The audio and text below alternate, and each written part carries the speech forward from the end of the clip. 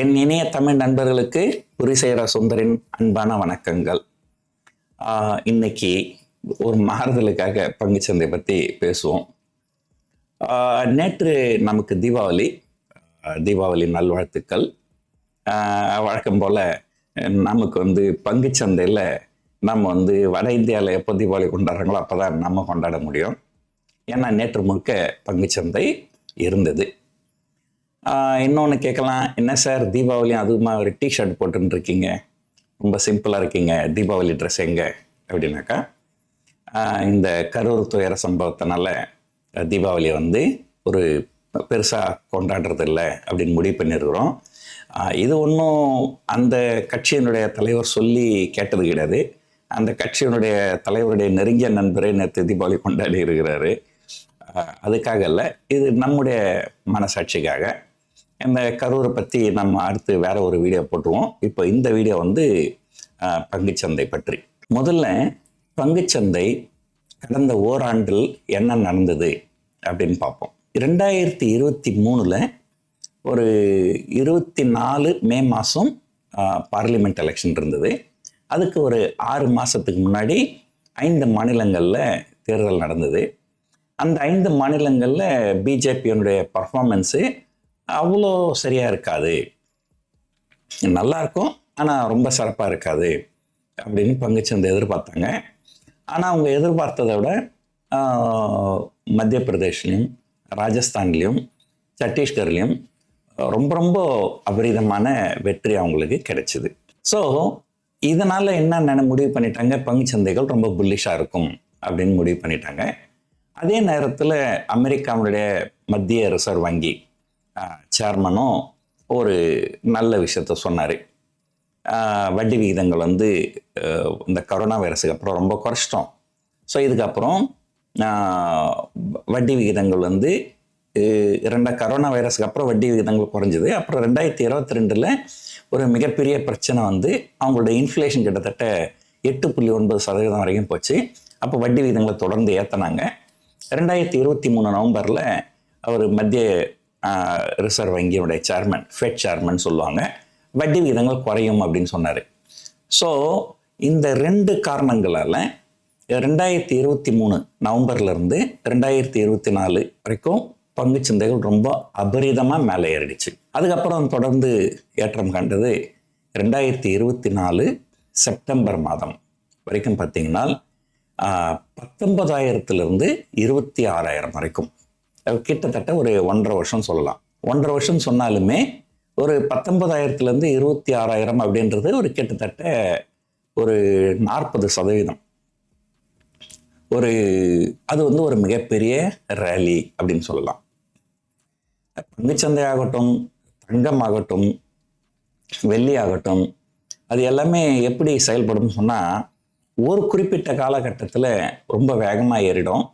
அது ஒரு காலை சந்தை அப்படின்னு சொல்லுவாங்க. அதுக்கப்புறம் ஏதாவது கெட்ட செய்தி வந்ததுனால் இறங்கும், அது கரடி சந்தைன்னு சொல்லுவாங்க. ஆனால் ரொம்ப ஏறிட்டாலோ அல்லது ரொம்ப இறங்கிட்டாலோ அடுத்த சில காலகட்டங்களுக்கு அது கன்சாலிடேஷன் மார்க்கெட் அப்படின்னு சொல்லுவாங்க.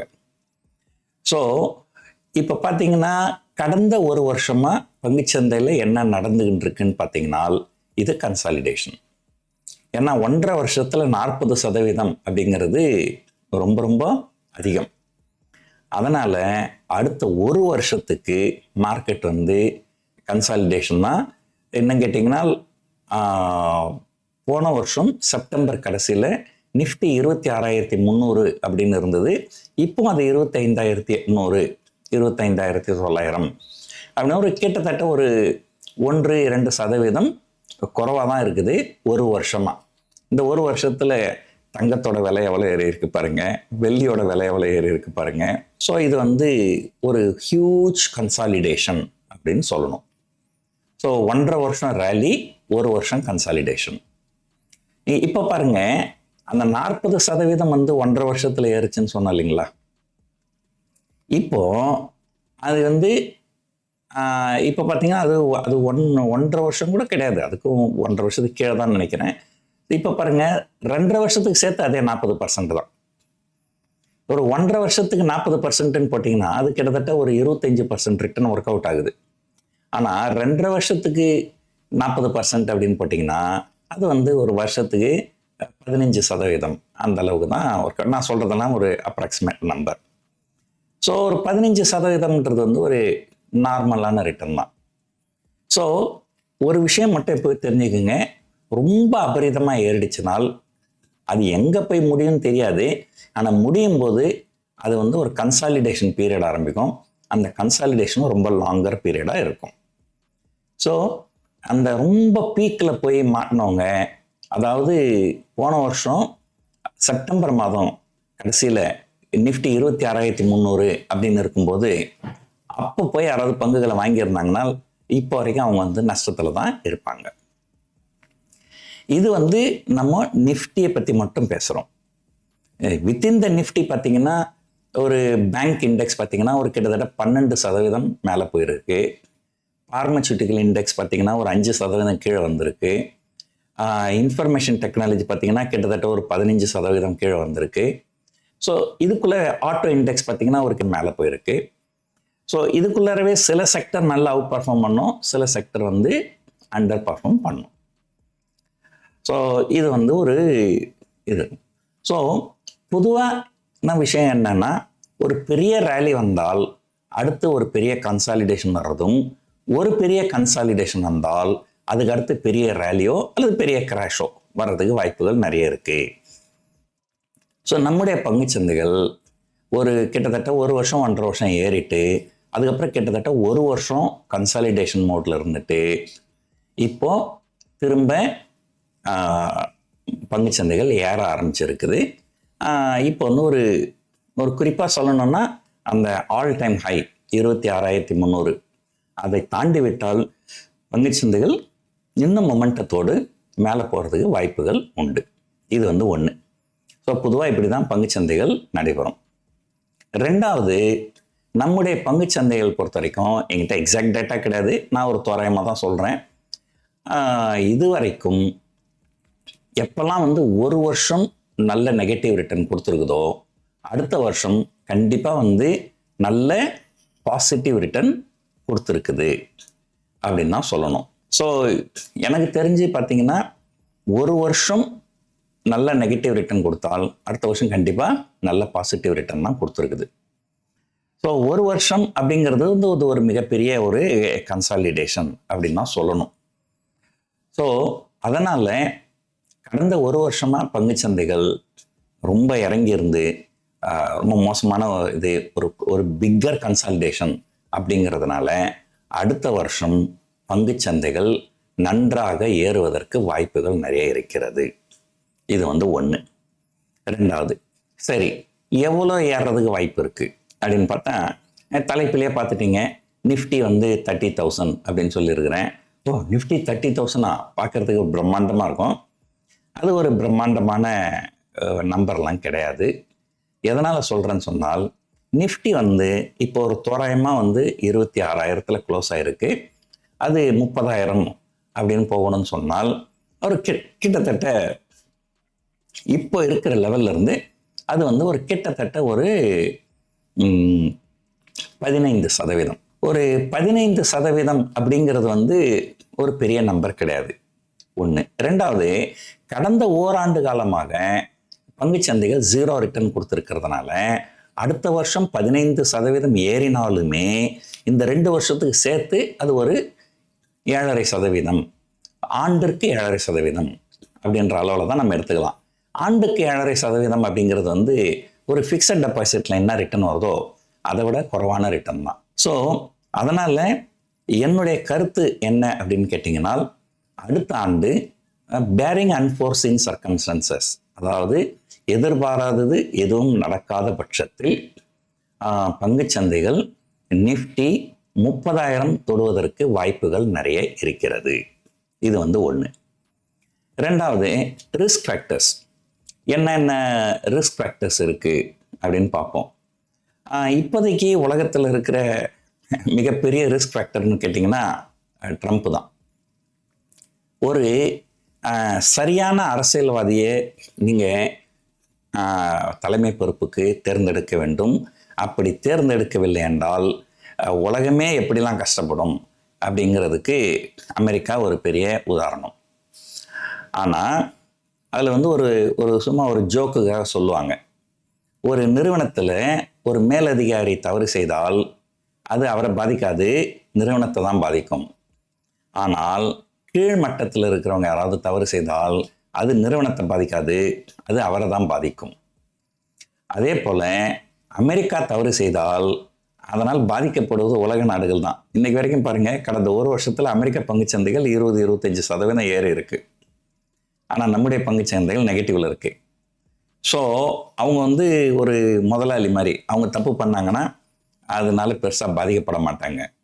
ஆனால் நாம் தவறு செய்தால் அதனுடைய இழப்பு பல மடங்கு அதிகமாக இருக்கும். நான் இப்போ அரசியல் பேசலை, ஆனால் அரசியல் தலைவர்களை தேர்ந்தெடுக்கும் போது நீங்கள் கவனமாக இருக்க வேண்டும். மரபு சார்ந்து செயல்படுகின்ற அரசியல் தலைவர்கள் தான் நமக்கு தேவை, மரபு சாராத அரசியல் தலைவர்கள் நமக்கு தேவையில்லை. முதலில் அவர்கள் மனிதர்களாக இருக்க வேண்டும். மனிதர்களாக இருப்பதற்கே தகுதியற்றவர்கள் எப்படி தலைவர்களாக ஆக முடியும்?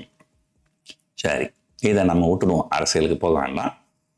இப்போ பங்குச்சந்தை பொறுத்த வரைக்கும் ஏற்கனவே நான் சொல்லிட்டேன், இந்த ட்ரம்ப்பு ஒரு மிகப்பெரிய ரிஸ்க்கு. ஆனால் எது வந்து ஒரு ரிஸ்க் அதிகமாக இருக்குதோ அந்த இடத்துல ரிவார்டும் அதிகமாக இருக்கிறதுக்கு வாய்ப்புகள் இருக்குது.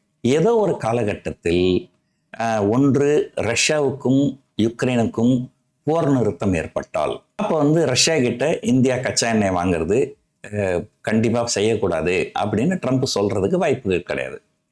இப்போதைக்கு ட்ரம்ப் வந்து எதனால் இந்தியா மீது 25% அடிஷ்னல் வரி, அதாவது கூடுதல் வரி, நார்மலாக 25 ப்ளஸ் எக்ஸ்ட்ரா ஒரு 25, அந்த எக்ஸ்ட்ரா 25 போடுறதுக்கு காரணம் இந்தியா வந்து கச்சா எண்ணெய் வாங்குகிறார்கள் ரஷ்யா கிட்ட இருந்து அப்படின்னு சொல்லிட்டு. ஸோ ஒருவேளை ரஷ்யாவுக்கும் யுக்ரைனுக்கும் நடக்கின்ற போர் ஒரு முடிவுக்கு வந்தால் அப்போ ரஷ்யா மீது இருக்கின்ற பொருளாதார தடைகள் நீங்கும். அப்போது இந்தியாவு மேலே இருக்கிற வரிகள் 25% கூடுதல் வரி நீக்கப்படும். 50% வரி என்பது நேரடியாக 25% வரிக்கு வந்துவிடும். அது வந்து ஒரு நல்ல விஷயம்.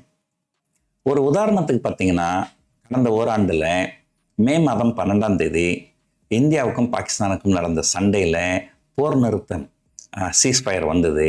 அன்னைக்கு ஒரே நாளில் வந்து நிஃப்டி கிட்டத்தட்ட 4% ஏறிச்சு. அதே போல் என்னைக்காவது ஒரு நாள் இந்தியாவுக்கு எதிரான வரியை 50லிருந்து 25% குறைத்தால் அன்று ஒரே நாளில் கிட்டத்தட்ட 4% பங்குச்சந்தைகள் ஏறுவதற்கு வாய்ப்புகள் நிறைய இருக்கின்றது. ஸோ நிறைய பேர் பங்குச்சந்தையை பொறுத்த வரைக்கும் பார்த்தீங்கன்னா, அந்த பிளாக் ஸ்வான் ஈவெண்ட்டுன்னு சொல்லிட்டு டவுன் சைடுக்கு ரிஸ்க்கு தான் பயப்படுவாங்க. ஆனால் எனக்கு தெரிஞ்ச நிறைய பேர் நஷ்டம் அடைஞ்சதே அப்சைடு ரிஸ்கில் தான். என்னுடைய நண்பர்கள் நிறைய பேர் அந்த நிர்மலா சீதாராமன் கேண்டல் அன்னைக்கு பெருமளவு நஷ்டத்தை சந்தித்தாங்க. அதே போல் இன்னும் ரொம்ப நாளாக பங்குச்சந்தையில் இருக்கிறவங்களுக்கு தெரியும், 2009 பங்குச்சந்தைகள் ஒரே நாளில் 20% மேலே ஏறிச்சு. இதுவரைக்கும் இந்திய பங்குச்சந்தை வரலாற்றிலேயே ஒரே நாளில் பங்குச்சந்தைகள் 20% இறங்கியது கிடையாது. ஆனால் ஒரே நாளில் 20% ஏறி இருக்கிறது. ஸோ இது வந்து ஒரு விஷயம். ஸோ எதனால் சொல்ல வரேன்னா, இந்த ட்ரம்ப்பு இந்திய அமெரிக்க உறவுகள், அதுக்கப்புறம் ஒரு 4-5 மாநிலங்களில் மாநிலங்கள் தேர்தல் நடக்க இருக்கிறது. ஆனால் அது பெரும்பாலும் வந்து பிஜேபி தோல்வியை தான் தழுவும். ஏன்னா இந்த நடக்கின்ற மாநிலங்கள்லாம் பார்த்திங்கன்னா, தமிழ்நாடு, கேரளா, புதுச்சேரி, மேற்கு வங்காளம், அஸ்ஸாம். இதில் அஸ்ஸாம் தவிர்த்து மீதி எல்லா இடத்துலையுமே வந்து பிஜேபி வந்து ஆளுங்கட்சியாக கிடையாது. அதனால் அதில் பிஜேபியோட தோல்வி வந்து ஒரு மிகப்பெரிய விஷயமாக எடுத்துக்கப்பட மாட்டாது. இருந்தாலும் அது ஒரு சென்டிமெண்டல் இம்பேக்டை கொண்டு வரும். ஸோ இதெல்லாம் வந்து நமக்கு வந்து ஒரு ஃபோர்சியபிள் இது. அடுத்தது, பிஜேபி அரசாங்கம் எப்பவுமே வந்து தே ஒர்க் அண்டர் ப்ரெஷர். அவங்க நல்லா இருந்தாங்கன்னா வரியை ஏற்றிக்கினே இருப்பாங்க. ஏதாவது ஒரு மோசமான ஒரு சூழ்நிலை வந்து வேறு வழியே இல்லைன்னா தான் அவங்க வரியை குறைப்பாங்க. ஸோ ஒரு உதாரணத்துக்கு பார்த்தீங்கன்னா, கடந்த 10 ஆண்டு காலத்தில் அவங்க வந்து long term capital gain tax 0லேருந்து 10 கொண்டாந்து, 10லேருந்து 12 கொண்டாந்து, short term capital gain tax 10லேருந்து 15 கொண்டாந்து, 15லேருந்து 20 கொண்டாந்து, எஸ்டிடி வந்து பல தடவை ஏற்றி இண்டெக்ஸேஷன் பெனிஃபிட் இல்லைன்னு சொன்னது. இந்த மாதிரி லெஃப்ட் ரைட் அண்ட் சென்டர் எல்லா இதுலேயும் வரிகளை ஏற்றினே தான் இருந்தாங்க. ஆனால் ஒரு 2019 ஒரு மிகப்பெரிய ப்ரெஷர் வந்தது. அப்போ வந்து கார்ப்பரேட் டேக்ஸை குறைச்சாங்க. அதே போல் 2025 ட்ரம்ப்பினுடைய ப்ரெஷரு ஜிஎஸ்டியை குறைச்சாங்க. ஸோ இந்த மாதிரி ஏதாவது ஒரு இன்னும் 1-2 ப்ரெஷர் வந்து வேறு ஏதாவது கொஞ்சம் STD, stamp duty, short term capital gain tax, long term capital gain tax அது ஏதாவது குறைச்சாங்கன்னா அது வந்து ஒரு பாசிட்டிவ் எஃபெக்டை கொண்டு வரும். குறைஞ்சபட்சம் இந்த ஜிஎஸ்டியை குறைச்சதுக்கு அப்புறமாவும் அவங்களுக்கு வருகின்ற வருமானம் குறையவில்லை, இன்ஃபேக்ட் வருமானம் அதிகமாக இருக்கிறது. அதனால் நீண்ட காலமாக வந்து ஜிஎஸ்டி உலகம் முழுக்க வந்து ஜிஎஸ்டி அப்படிங்கிறது என்னென்னா ஒன் கண்ட்ரி ஒன் டேக்ஸ், ஒரே ஒரு டேக்ஸ் தான் இருக்கணும். ஆனால் நம்ம நாட்டில் வந்து நிறைய டேக்ஸ் இருக்குது. ஸோ இந்த வரியை குறைச்சதுனால அரசாங்கத்துக்கு வருமானம் குறையலை, அதிகமாக தான் இருக்குது. ஏன்னா பொருட்கள் வந்து டிமாண்ட் அதிகமாகும், அதனால் வந்து அதிகமான வால்யூம், அதனால் அவங்களுக்கு வருமானம் குறையாது அப்படிங்கிற ஒரு ரியலைசேஷன் அவங்களுக்கு கிடைச்சதுன்னு சொன்னால் ஜிஎஸ்டி வரிகளை இன்னுமே குறைக்கிறதுக்கு வாய்ப்புகள் இருக்குது. ஸோ எனக்கு தெரிஞ்சு இந்த 40% அதெல்லாம் வந்து அவங்க வந்து ஒரு 18% கொண்டு வரணும். அதெல்லாம் பண்ணாங்கன்னா ஒரு எக்கனாமிக் ரிஃபார்மேஷன் அதெல்லாம் நடந்ததுன்னா பங்குச்சந்தைகள் இன்னும் நல்லா மேலே போகிறதுக்கு வாய்ப்புகள் இருக்குது. ஸோ இந்த எதுவும் எந்த பிரச்சனையும் இல்லாமல் கார்ப்பரேட் ரிசல்ட் போன குவார்ட்டரில் இந்த கார்ப்பரேட் ரிசல்ட்லாம் ரொம்ப மோசமாக இருந்தது. இந்த குவார்ட்டரில் வந்து கார்ப்பரேட் ரிசல்ட்டு நல்லா இருக்குது. ஸோ இப்போது இன்னொரு கால்குலேஷன் பார்த்துருவோம். இப்போது நிஃப்டி கிட்டத்தட்ட ஒரு 0 அப்படிங்கிற அளவில் இருக்குது கடந்த ஒரு வருஷத்தில். ஏன்னா ஒரு பக்கம் ஐடி இண்டெக்ஸ் 15% இறங்கி இருந்தாலும் இன்னொரு பக்கம் பேங்க் இண்டெக்ஸ் 12% ஏறி இருக்கு. ஒரு பக்கம் பார்மா இண்டெக்ஸ் 5% இறங்கி இருந்தாலும் இன்னொரு பக்கம் ஆட்டோ இண்டெக்ஸ் 7% 8% ஏறி இருக்கு. ஸோ இப்போ ஒன்றும் வேணாம், இந்த ஐடி இண்டெக்ஸ் எவ்வளோ இறங்குச்சோ அது மட்டும் ஏறினாலே 2 வருஷம் கழிச்சு பார்த்தீங்கனாலே ஐடி இண்டெக்ஸோட ரிட்டர்ன் 0 தான் இருக்கும். இந்த வருஷம் 15% இறங்கி இருக்கு, அடுத்த வருஷம் 15% ஏறி இருக்கு. அப்போ என்ன ஆகும்? நிஃப்டி வந்து ஐடி இண்டெக்ஸ் 0ல தான் இருக்கும். ஆனால் ஐடி இண்டெக்ஸ் 15% ஏறிச்சுன்னா நிஃப்டி எங்கே இருக்குன்றதை பாருங்க.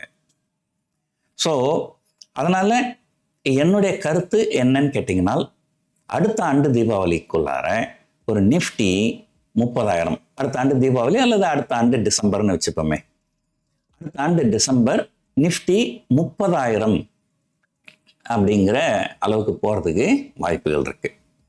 சரி, இப்போ அடுத்த கேள்வி, சார் அது 30,000 போகுது, 35,000 போகுது, அதை பற்றி நமக்கு என்ன சார் பிரச்சனை? நம்ம எப்படியா கேப்சர் பண்ண முடியுமா? அதை கேப்சர் பண்ணலான்னு சொல்லிட்டு இப்போ நான் போய் ஒரு நிஃப்டி பீஸ் வாங்குறேன்னு வச்சுங்களேன். இப்போ 26,000 நிஃப்டி பீஸ் வாங்கினா அது 30,000 போச்சுன்னா 4,000 ரூபாய் லாபம். ஆனால் 30,000 போகுன்றதுக்கு கேரண்டி இருக்கா? இல்லை. பாருங்க, கடந்த பிப்ரவரி மார்ச் மாசத்துல நிஃப்டி 21,750 போச்சு. ஒருவேளை நீங்க சொல்ற மாதிரி அந்த ட்ரம்போட ரிஸ்க் வந்து நான் 26,000 நிஃப்டி பீஸ் வாங்கிட்டு அது 22,000 போச்சுன்னா எனக்கு 4,000 நஷ்டமாகும்ல. 4,000 லாபம் வரும், ஆனால் 4,000 நஷ்டமாக வர்றதுக்கு வாய்ப்பு இருக்குல்ல. இதனால இந்த அனாலிசிஸ்லாம் என்ன சார் பிரயோஜனம் அப்படின்னு கேட்குறவங்களுக்காக சொல்கிறேன். ஆனால் இது ஒரு ரொம்ப ரொம்ப சிறிய முதலீட்டாளர்களுக்கு இது பயன்படாது. ஓரளவு பெரிய முதலீட்டாளர்களுக்கு இது பயன்படும். நீங்கள் என்ன பண்ணணும், ஒரு லாட், அதாவது 75, ஜனவரி 1ஆம் தேதியிலேருந்து அது 65 ஆகிடுது, அது வேறு விஷயம். ஒரு லாட்டு உண்டான நிஃப்டி பீஸை நீங்கள் வாங்கணும். ஒரு லாட்டுக்கு உண்டான நிஃப்டி பீஸ் பார்த்தீங்கன்னா இப்போ வந்து நிஃப்டி ஒரு 26,000 கிட்ட இருக்குது. ஸோ ஒரு லாட்டுக்கு சமமானது அப்படின்னு பார்த்தீங்கன்னா ஒரு 18 லட்சம் 19 லட்சம். எல்லாமே நான் சொல்கிறது எல்லாமே தோராயிரமான நம்பர்கள் தான். 26,000 × 75 பார்த்தீங்கன்னா ஒரு கிட்டத்தட்ட 19.5 லட்சம் ஆகுது. ஸோ ஒரு 19.5 லட்சம் கொடுத்து நீங்கள் நிஃப்டி பீஸ் வாங்கணும்.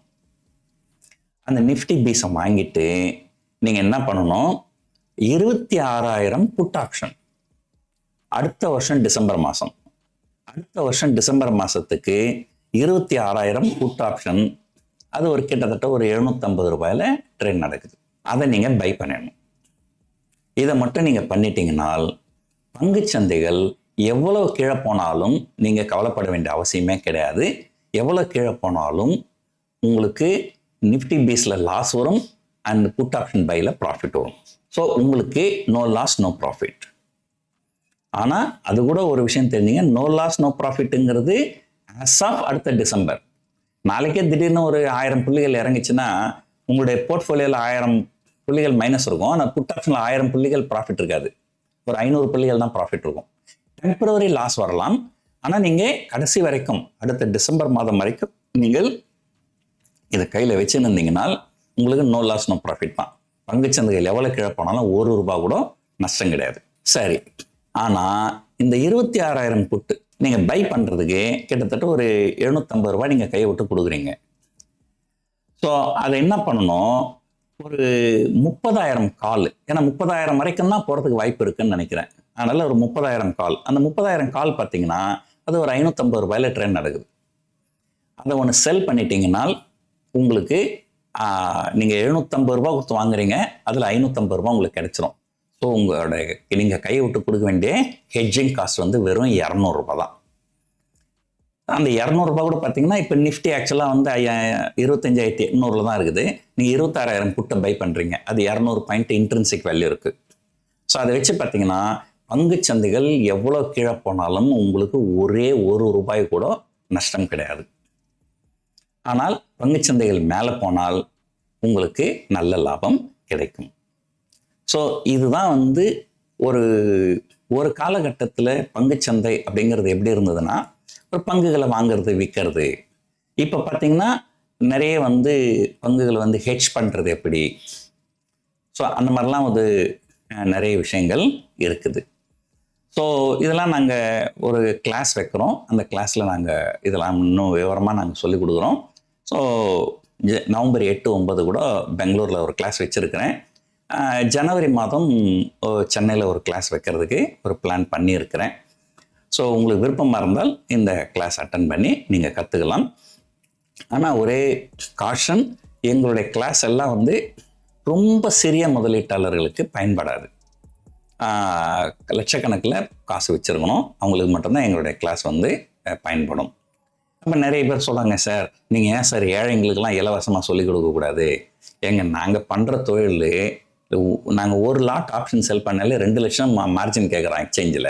அதெல்லாம் நாங்கள் வந்து ரொம்ப ஏழ்மையான மக்களுக்கு சொல்லிக் கொடுத்து அதனால் என்ன பிரயோஜனம் இருக்குது? ஸோ இது வந்து ஒரு லாஜிக் கிடையாது. ஸோ ஆனால் நாங்கள் வந்து இந்த மாதிரி வந்து வசதியானவர்களுக்கு நாங்கள் கிளாஸ் எடுத்து அது மூலமாக பணம் சம்பாரித்து அதில் ஒரு பகுதியை நாங்கள் வந்து ஏழை மக்களுக்கு கல்விக்காக நாங்கள் செலவு பண்ணுறோம். ஸோ அதில் எந்த மாற்று கருத்தும் கிடையாது. இப்போது உங்களுக்கு ஒரு ஸ்ட்ராட்டஜி என்னென்னா, நிஃப்டி பீஸ் பை பண்ணலாம், 26,000 புட் ஆப்ஷன் பை பண்ணணும், 30,000 கால் ஆப்ஷன் செல் பண்ணணும். இந்த 26,000 புட்டு பை பண்ணுறது, 30,000 கால் செல் பண்ணுறது ரெண்டுமே அடுத்த வருஷம் டிசம்பரில் பண்ணணும். இதில் சில ப்ளஸ் பாயிண்ட்டு மைனஸ் பாயிண்ட்லாம் இருக்குது. அதெல்லாம் பேசினோம்னா நம்ம வீடியோ வந்து ரொம்ப பெருசாகிடும். ஆனால் இது ஓரளவுக்கு ஒரு நல்ல சேஃபான இன்வெஸ்ட்மெண்ட்டு. ஏற்கனவே நான் வந்து நிஃப்டி வந்து 23,000 22,000லாம் போகும்போதும் இதே போல் இதே ஸ்ட்ராட்டஜி தான் அப்போ கொடுத்துருந்தேன். அந்த ஸ்ட்ராட்டஜியை ஃபாலோ பண்ணவங்கலாம் நல்ல லாபத்தில் இருக்கிறாங்க. இன்ஃபேக்ட் நானுமே பார்த்தீங்கன்னா ₹1 கோடி மேலே நான் ப்ராஃபிட் பண்ணியிருக்கிறேன், நான் வெறும் நிஃப்டி பீஸ் மட்டுமே வாங்கி.